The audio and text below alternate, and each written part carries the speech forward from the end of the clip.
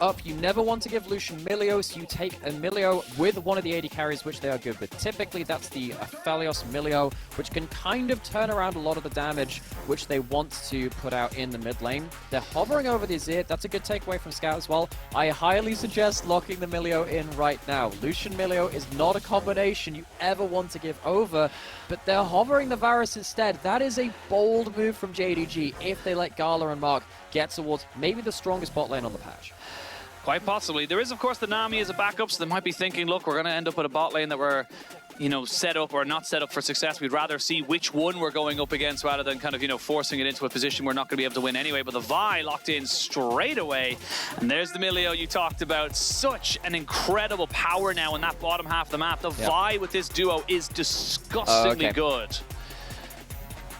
Right, so the answer from JDG is, okay, you lock in the Milio, but one hook lands onto the Enchanter and things get spicy. You have to get value in the 2v2 now, though, from Ruler and Missing. If you can't get 2v2 kills and force flashes and force summoners, you're not going to be able to contest with the Lucian Milio as soon as you get towards the 1 to 2 item spike. Lucian hits the fire cannon second item with the Milio range increase, and you cannot contest them as a 2v2. So huge pressure onto Ruler and Missing to make something of this duo they've gone towards. At least they deny Scout his premier champion in that mid lane too, but they now need to figure out what they're going to do with lacking jungle champions for Kanavi. They're losing the Rel, they might lose them, well, the Maokai's obviously gone as well. But what else could they ban away? Maybe something like a Sejuani wouldn't fit too badly in their composition. Yeah, just gonna keep hammering home, of course, with JDG knowing that they have the mid laner locked in. They can start taking away, as you mentioned, the Corki and the Akali, so not really worried about that. The Udyr is an interesting one here now, so will JDG look to try and lock in their jungle first and give that a top lane counterpick, or do they just go for the Cassante? That's the thing, right? Because you're going to give over a Cassante in a decent matchup towards that top lane now. Flandre has played Aatrox, he's played Udyr, he's played Cassante, and he's played the Rumble, so he's not going to get the majority of those champions. He might be happy to log the Aatrox into the Cassante again, go for something like the Profane Hydra. Of course, Kanavi going for the aggressive option of the Xin Zhao. So, JDG, they have themselves an ability to potentially walk in to Vi's jungle before she's level 3. That's something which I've been listening to Gilius talk about, how Vi is very abusable in the very first few levels of the game before they get themselves their entire ability, their whole kit online. That's something that JDG did very well in Game 1. They walked into the enemy jungle to make things work. That is a pick, which we haven't seen in the LPL for a while, but we don't talk about hovers. I was just about to say, we can talk about the Cassante, and then you can get excited. But yeah, I mean, the Cassante is a good one here. It just kind of gives you that full kind of priority, and regardless of what comes out here, this is going to be the pick for the mid lane. Yeah, it still gives you roughly the same kind of stuff, though. You got that kind of semi-global, and you're able to make some plays happen. But I mean, again, this is sort of setting up Gala for success and kind of throwing him forward as the carry of this composition. Yes. And now you're against a team with 4 different dashes you can stop. You can stop the Audacious Charge from the Xin Zhao, of course the Umbral Dash from Flandre's Aatrox, the Azir Shuffle, and then the Nautilus hook as well can be blocked out, and at least you can get the damage. The hook will still connect, but you can stop the Nautilus getting huge follow-up after that point. Scout on the Talia. Now, we've talked about him being a huge playmaker and a huge source of the macro from LNG. We knew that through last summer as well. You get into mid-game, and Scout pushes out side lanes. He takes side lane out of turrets, and then he roams back towards the fight. Talia is excellent at doing that. I think JDG need to have insane early game presence, particularly in the bot side, to stop that duo lane getting online. Otherwise, it feels like you get in towards the side lane allocations from LNG, they are going to rip JDG to shreds if they get to choose the lanes they want, and it needs to happen. If they cleanly get to 1 to 2 items, I don't really see what JDG can do about that duo. We'll see if JDG have finished this series with their first loss of a series. They have definitely gotten their first loss of the in terms of game score. We'll see. We'll see that Talia just throwing in a rock there, making sure they know that Missing is around. They're not going to get caught out by anything too crazy. And I like this that LNG do this. They're very meticulous about making sure that they're catching out, especially with such a strong level 1 coming out from JDG. They're very meticulous in making sure that they're not allowing JDG just to set themselves up for success to get an early flash or something better. Yeah, that's a strong level 1 from LNG to just make sure that Ruler and Missing can't get themselves bush advantage towards the bot side. Again, you can really see from the positioning of both these teams, they know how important the early levels are going to be. Gala is now in a bad bush, and with the rest of his team leaving, they were there for the level 1, but can they stop this now? That's a flash, and this is exactly what I thought was taken off the board for JDG to do, and then they just brute forced them in. They didn't actually finish off the essay. They said, yeah, cool, that's grand, we've done the introduction, but nothing else. Now Yagao, though, he's going to be separated a little bit from the wave, so he might lose a minion or two, but shouldn't be too hard for him to get back in and get this XP. Now, Scout can get himself another full-threaded volley onto Yagao, though. He's out of range to get minion aggro, so Yagao is entering lane at half HP because he has to walk through the onslaught of those rocks. Missing has bush control. This is what they were meant to deny with the minute 1. They're getting traded hard onto now. Yeah, barrier has to be traded for the ignite, and that means that Gala is without summoners for the next little bit. Scout and put a little bit of damage onto Yagao. The Talia is pretty scary at this stage, but you would need to have the flick back in order to get full kill pressure. And I mean, Missing needs to play this lane so aggressive, knowing that the flash is down, knowing that the barrier is no longer there. This is just such a hard lane for this Lucian and Milio to play into. Yeah, it feels like the bit of a misplay from LNG to not finish off what they started very early on. The Cozy Campfire giving the increased range for the double tap to at least hit Ruler back. They can hit level 2 on this one, and maybe they can look to at least hold their own in the laning phase beyond that point. JDG, though, they have the start of something going well towards this bot side. But what can they do after that point? And Yagao, the man in the mid lane, didn't have the best game, 599. Let's hope for better on the 600th game in the LPL. We're hitting some real milestones here this year. Yeah, 6th year coming up, his debut back in 2018. We are hitting some long, long careers right now, which is honestly so exciting to see. We're hitting some big milestones that may or may not stand for the longest time. He gets himself in the top 10 most games of a player within the LPL, so let's see if they go for anything else. Missing is going to go aggressive here. They have just ignored him for the moment, but the Vi is around. WeiWei might just run into Kanavi, and yeah, they see that the other jungler is there. They don't want to overcommit to this one here because they know that they just basically blew all the Milio cooldowns, and now Kanavi feeling a bit brave. Don't know if it's exactly what you want to be going for just yet, but I mean, you mentioned it in terms of the matchup. The Vi isn't exactly broken at the first few levels. The Xin Zhao can get a little bit ahead of him. Well, I mean, at least the Vi's level 3, so you can kind of get your passive, you can get your W3 and you can get your passive off. That's kind of nice, but yeah, Xin Zhao at this point, just so strong. And he's here to, again, shepherd the wave into turret if Ruler Missing wants to bring that in. Hook lands, but WeiWei's also here. Yeah, when you get that Glacial Augment Ruler and Missing taking so much damage, Scout looking to try and catch them out on the side of this one here. Gonna definitely blow at least a flash. The flick back not good enough. And LNG said, all right, enough of this bullying on the bot side. We need to protect our AD carry, and eventually they get the priority back. I mean, that is disaster narrowly avoided from JDG. They lose a flash, and that's it from their jungler. But they don't end up kind of being able to fulfill this game plan of being able to keep the Lucian and the Milio down. That even in CS, they managed to get themselves a wave pushed into turret now as well. They're going to get themselves a good reset. You'd imagine that Lucian is able to get himself towards the support item, then potentially towards a Kerche shard as well. If you get both of them on your first reset, you are very happy for the next phase of lane. Ruler's going to get back for most of this CS. It's not the end of the world there, but this isn't meant to be... You need more than this. That was the bare minimum, being able to kind of do something to keep Gala and Mark from getting huge advantages in lane or something like that. They haven't managed to really keep them down. Yeah, you're still waiting on the flash from Gala. He will have his summoners back in a moment. Of course, Scout with his roams did lose a little bit of priority in that mid lane, taking a fair chunk of damage there. As you can see, WeiWei not really in the position to contest this, to be perfectly honest. It's going to be Kanavi getting very far ahead of him when it comes to the levels and such. Trying to see if he can go for something. But that's all 3 of the Void Grubs taken now, so good start here by Kanavi to get that momentum going and to build into something that could, you know, again, potentially may lead to a little bit more. We'll have to see how much they can build up towards that. See if a hook lands down here as well. They're angling for it. It's a big wave. Mark and Gala, you can see that they don't want to walk up towards the cannon and the wave crashing in. So Ruler Missing will have control over that for now tonight. Just 1 or 2 minions. Man on your screen there, Flandre. We just saw that Yagao reached 600 games in the LPL. Flandre reached 700 games early this week. And he's facing off against the mid lane, which he won Worlds with, Scout on the other side. That has been a heck. It feels so recent, so long ago at the same time. These guys' careers have gone so far.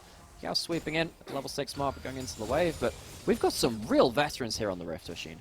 Oh yeah, we've have some guys who've been here for a very, very long time. See if they can get a little bit more success. They've been at the top for a while. Flandre, of course, has a little bit of a break, is coming back to try and reclaim some of the former glories that he used to have. And we wait to see where LNG really sit themselves. This was a roster that made it all the way to the finals in summer of 2023. Not really able to get the last win against JDG to stop them from potentially going towards the Golden Road. Of course, we know how that ended. They were 2 matches short.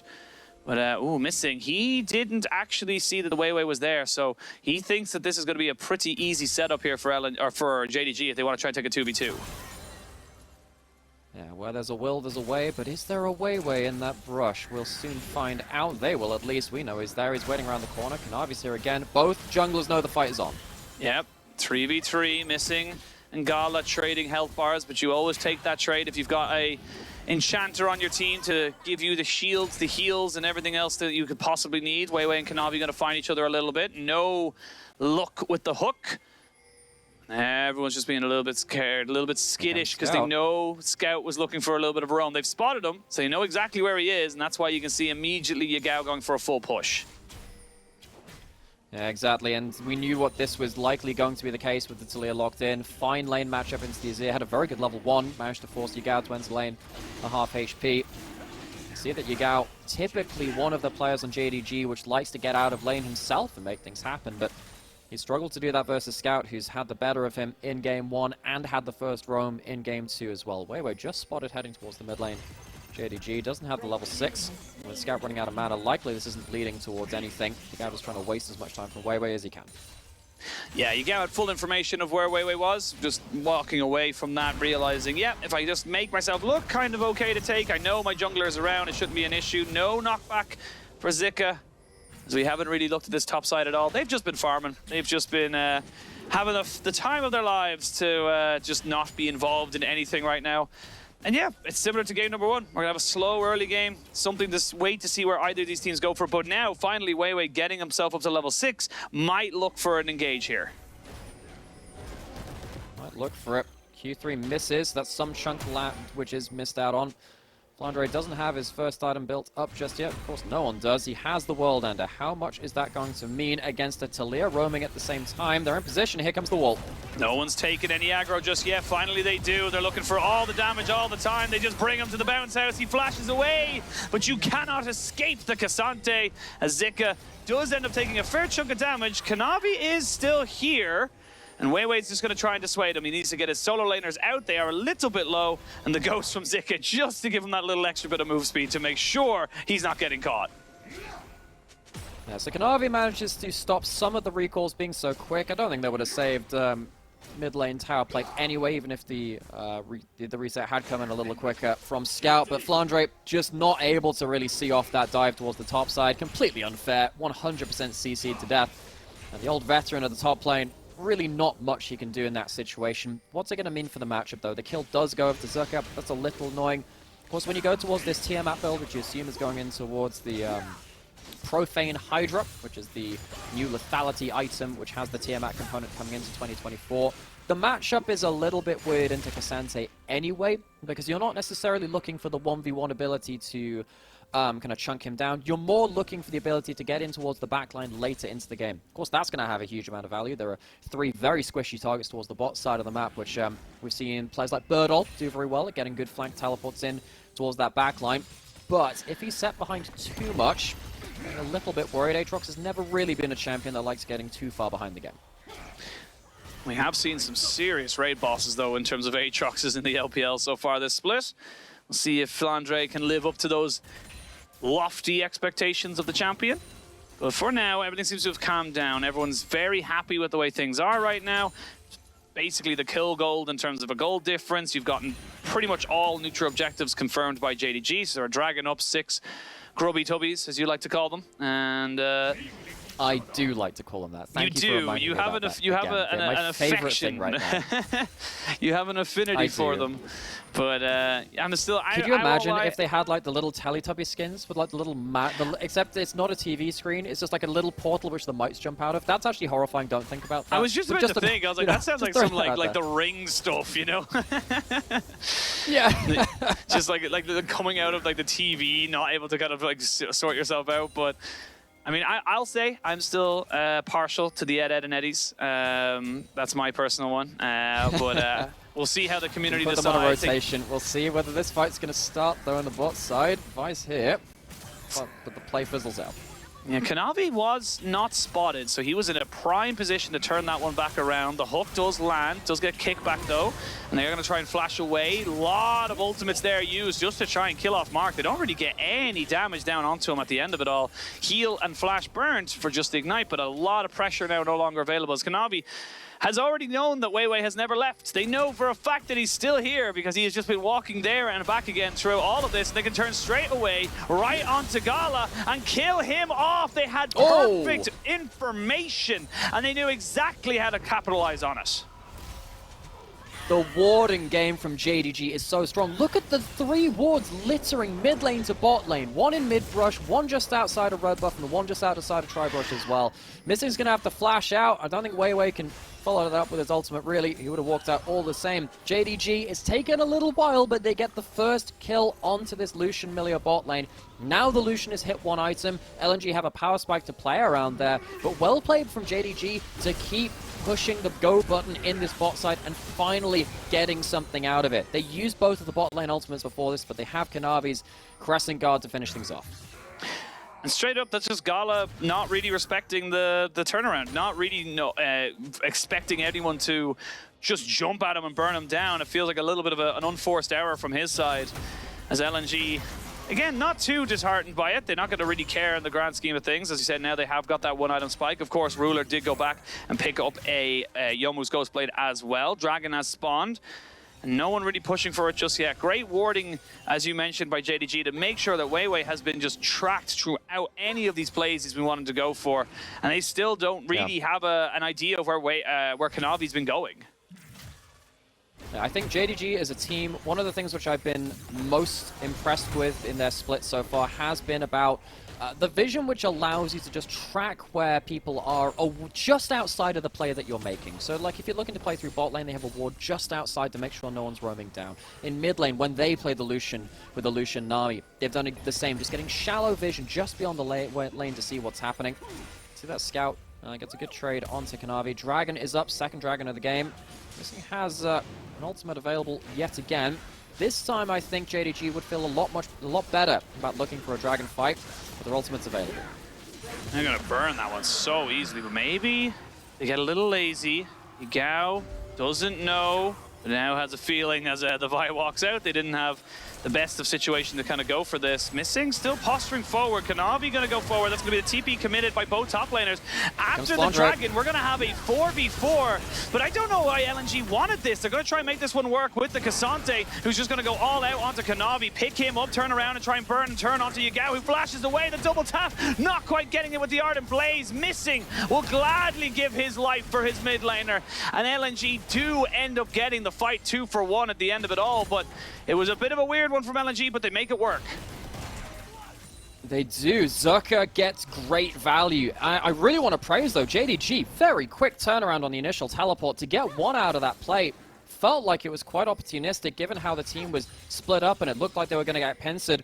LNG just about make the most out of it. JDG, they still walk away with 2 Dragons, potentially setting up for Assault later on. So, big things which happen here. Missing has the Celestial opposition. That's a big part of how he can survive the first part of a team fight. Crescent Guard similar for Kanavi. They're blown at the start of the fight, and that means that just after this, they don't have that same initial kind of tankiness to deal with Zika, who comes in after those abilities have just gone.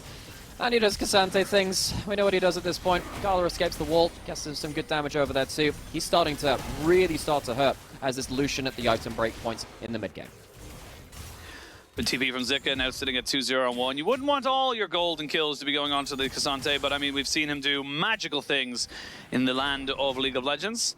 He is a very, very powerful carry as tank or as an actual threat. As we wait to see now where everyone wants to kind of bring this next bit of pressure. A lot was blown in that last bot lane play, so no real ultimates available for anybody, to be honest, on the side of LNG. Apart from the Milio, who died so quickly he couldn't use his. So just going to accept that this Rift Herald is gone. Not really much else they can do about it. Just get pressure in the mid lane and maybe cover bot lane to try and get that tower. I don't know if he gets that tower just yet, but for now, everything's happy enough for the side of JDG. They're getting all the objectives. Yeah, you can see this is not how a Lucian Milio wants to be playing. They want to be pushed up in mid lane, going for the aggressive trades. But the way that JDG have played around oh! Missing! Wait, he's on the drift! The drift! Around, but now they got to turn this fight around because they got the WeiWei going in who dies straight away. They're looking for a little bit of a turn-off. This is just so disconnected from LNG. They were just as confused and impressed by the Rift Herald navigating. They kind of just gave away 2 kills for free.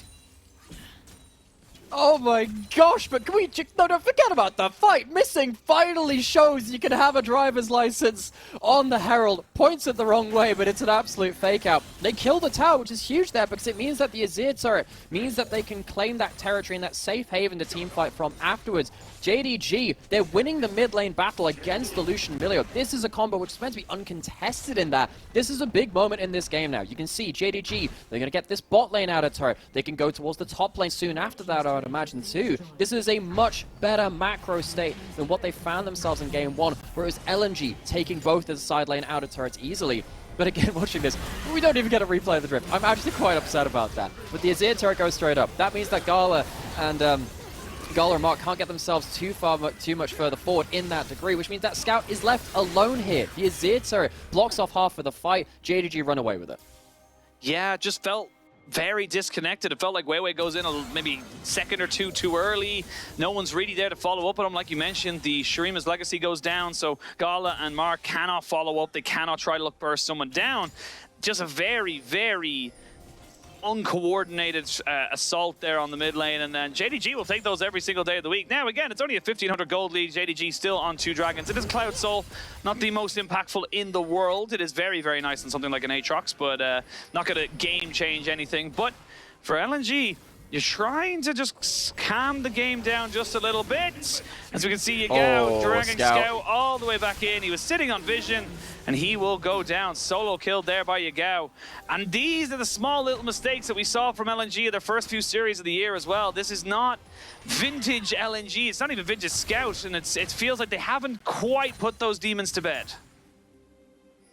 Well, I mean, we asked JDG to wake up after game 1. They were slapped awake by LNG from that game, but credit to them. Looks like they're alive and kicking in this one. And Yagao, who, as we said in game 1, he's a bit in deficit of the oopsie counter. He's had a few of them. Gets a solo kill onto Scout in the side lane, which is exactly the opposite of what happened in game 1. That's going to set his team up for success at the Dragon, just like Scout did before. Missing, forcing the flash out of Gala. That's a big tool away from the Lucian, who's had so little impact this game.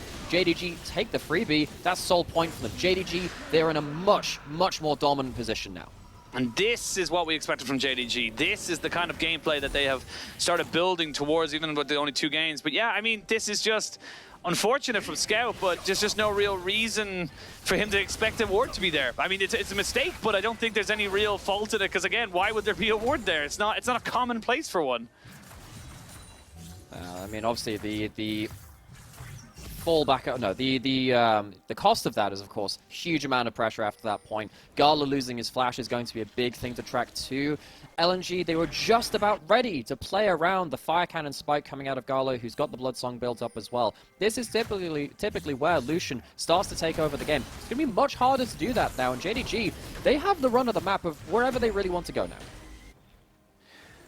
Looks like they want to try and make something happen in mid, but look at the vision. Look at how everyone is just set up to know where anyone could be coming from. They play towards that side of the map as well. They have a ward or 2 up towards that top side. Even the bot side, they actually have wards as well. So this is just JDG knowing where they can and cannot go.